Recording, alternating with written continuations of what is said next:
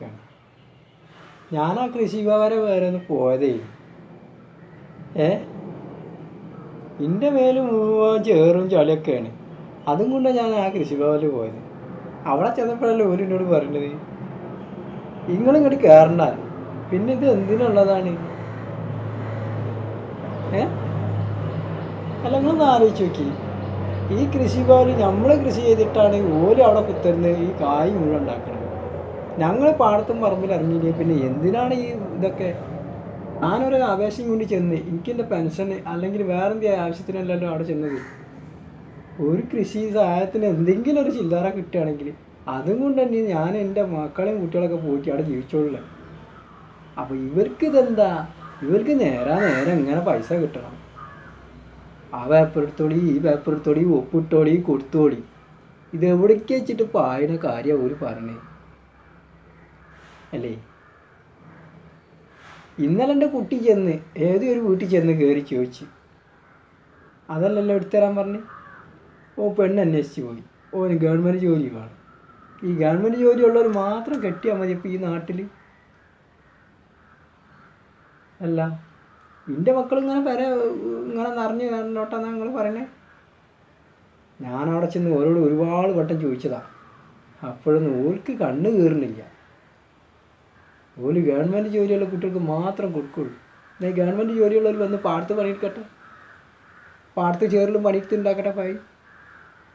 ഇതിന് നേരെ ഇങ്ങനെ തിന്നാൻ പറ്റുമോ?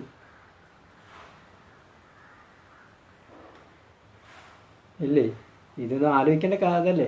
ഞാൻ എൻ്റെ കുട്ടിക്ക് എന്തെങ്കിലും ഒരു കാര്യം ആയിക്കോട്ടെ എന്ന് വിചാരിച്ചിട്ടാണ് ഞാൻ അവിടെ ചെന്ന് കയറിയത്.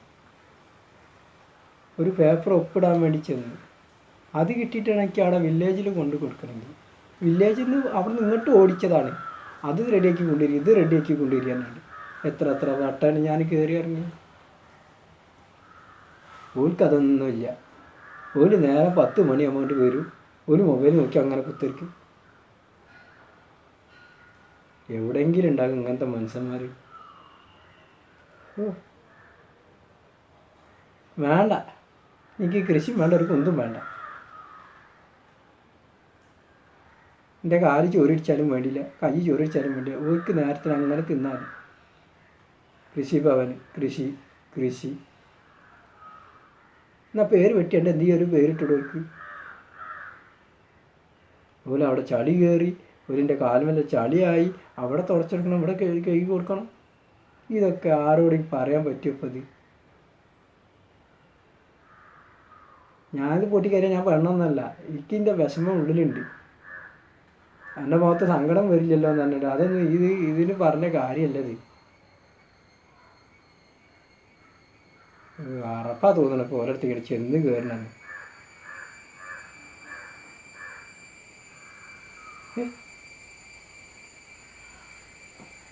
ഞാൻ നേരെ ഇങ്ങനെ വെച്ച് വിളമ്പി ഇങ്ങനെ ഉണ്ടാക്കുകയാണെങ്കിൽ ഓർക്ക് വെച്ച് വിളമ്പിണ്ടാക്കി ഇതിനെ എനിക്കൊന്നും പറയാൻ കിട്ടണില്ല ഇപ്പം അതിൻ്റെ ബാക്കി.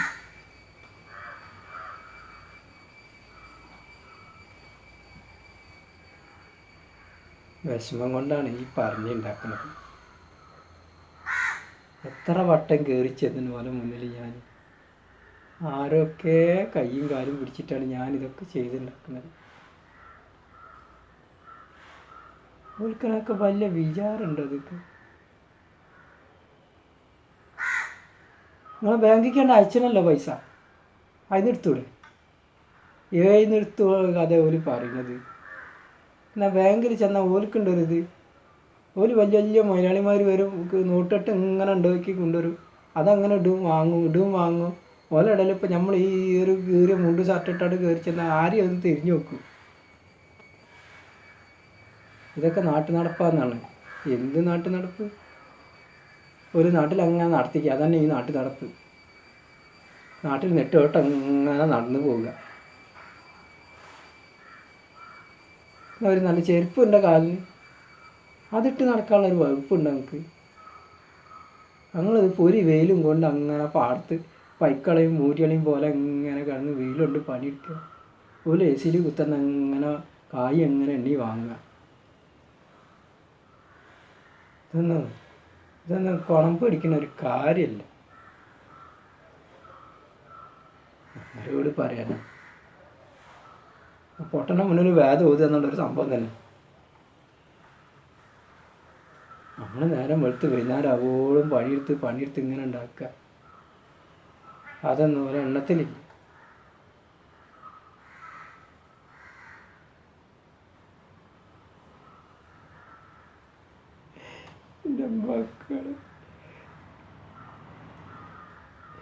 എൻ്റെ മക്കളൊന്ന് 10ാം ക്ലാസ് കഴിഞ്ഞിട്ട് ഞാൻ എന്തുമാത്രം കഷ്ടപ്പെട്ടു.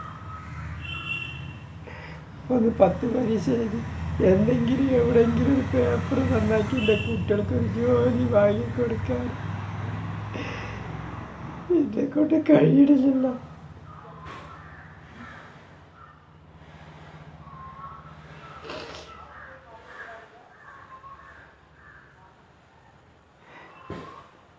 ഈ പട്ടിണിൻ്റെ ഇടയിലൊക്കെ എങ്ങനെ കുട്ടികളെ ഞാൻ പഠിപ്പിച്ചിട്ടൊക്കെ കയ്യില മക്കളെ, കയ്യില. ഈ നാട് നന്നാവണമെങ്കിൽ, ഈ ദുനിയാവ് നന്നാവണമെങ്കിൽ ഒരാളുടെ മുന്നിൽ പൊട്ടിക്കരഞ്ഞ് നേടേണ്ടതല്ല മക്കളെ ജീവിതം.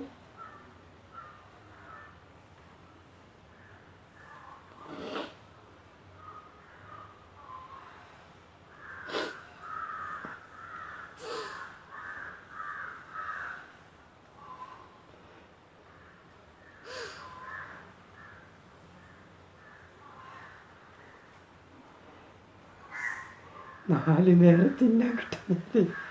അപ്പോൾ ഒരു കൂടി പാടത്തേക്ക് പറമ്പിക്ക് എവിടേക്കാച്ചാൽ ഓടിപ്പോ.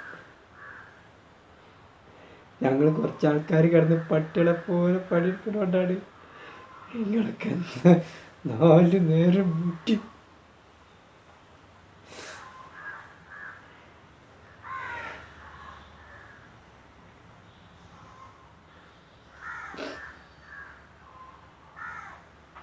ഞാനൊരു പിച്ചക്കാരി വിളിച്ചു ചോദിച്ചില്ലല്ലോ എന്തുകൊണ്ട് ഞാനത് വെച്ച് പണിയെടുത്തിട്ടാക്കും. എൻ്റെ കുട്ടികളെ പട്ടിണിക്കിടന്ന് വെച്ചിട്ടാണ് ഞാനിപ്പോൾ ഒരു വെയിൽ കൊള്ളണത്.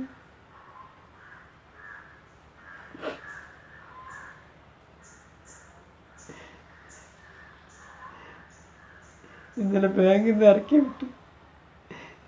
പൈസ അല്ല പൊയ്ക്കോളി എന്ന് പറഞ്ഞിട്ട്.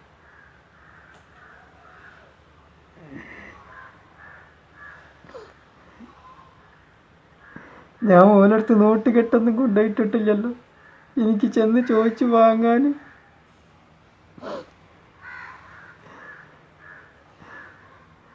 നാല് നേരത്തെ ഭക്ഷണം അത് 2 നേരമായി, 1 നേരമായി.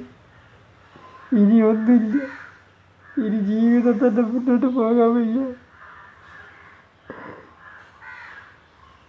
എൻ്റെ ഭൂമി പോയി, എൻ്റെ കിടപ്പാടം പോയി.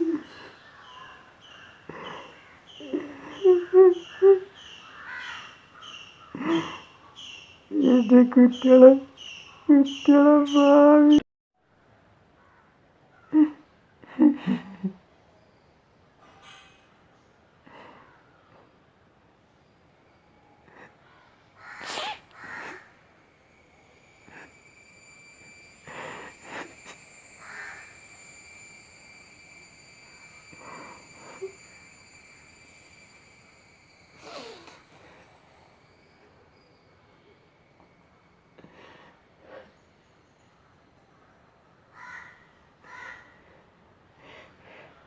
എൻ്റെ ജാതി പൊലച്ചെറുവരല്ലട തന്നെ അടിവിട്ടത് തന്നെ. ചെറുവൻ്റെ മക്കൾക്ക് എന്താ ജീവിക്കട്ടെ. ചെറുവൻ്റെ മക്കൾ ചേറിക്കിടന്ന് പണിയിട്ടാണ് നിങ്ങളൊക്കെ. ചെറുവൻ്റെ മക്കൾ പട്ടിനെ പോലെ പണിയെടുത്തിട്ടാക്കിയിട്ടാണ് അങ്ങനെ കത്തിരിക്കണത്. യന്ത്രം വന്നാലും മന്ത്രം വന്നാലും ഒക്കെ വേണം. ചെറുപ്പത്തെ കൈ പാടല ഏത് ജാതി പലര് ഏത് ജാതിയിലെത്തും ആരും വേണ്ടില്ല. പാടത്തിറങ്ങി പണിയെടുത്ത്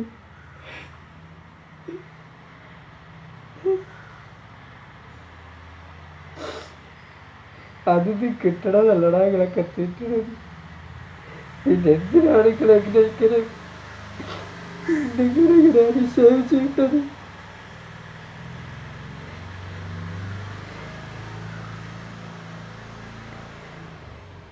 ഞാനൊക്കെ പെട്ടിപ്പിടിച്ച് നേടാൻ വന്നതാണ് എൻ്റെ മക്കൾക്ക് നല്ലൊരു ഭാവി കിട്ടാൻ വേണ്ടിയിട്ട്. ഞാനേതായാലും ഇങ്ങനെ ചേറിലൊക്കെ കണ്ട പണിയെടുത്തിട്ട് വയ്ക്കുന്നത്. എൻ്റെ മക്കളൊരു നല്ലപോലെ ജീവിക്കും.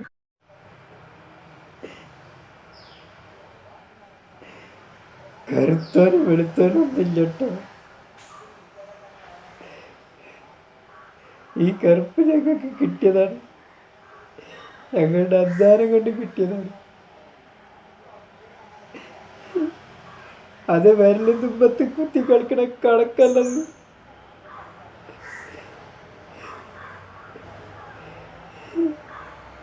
വെയിലും മഴയും ഒക്കെ ഞങ്ങൾക്ക് നല്ലതാണ്.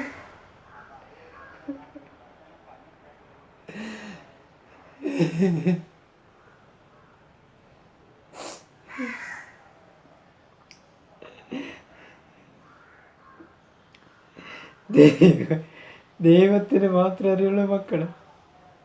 ഞാൻ നിങ്ങളെ ശപിക്കില്ല, പുച്ഛിക്കില്ല, ഒന്നും ചെയ്യില്ല. ദൈവമുണ്ട് ഞങ്ങളുടെ കൂടെ.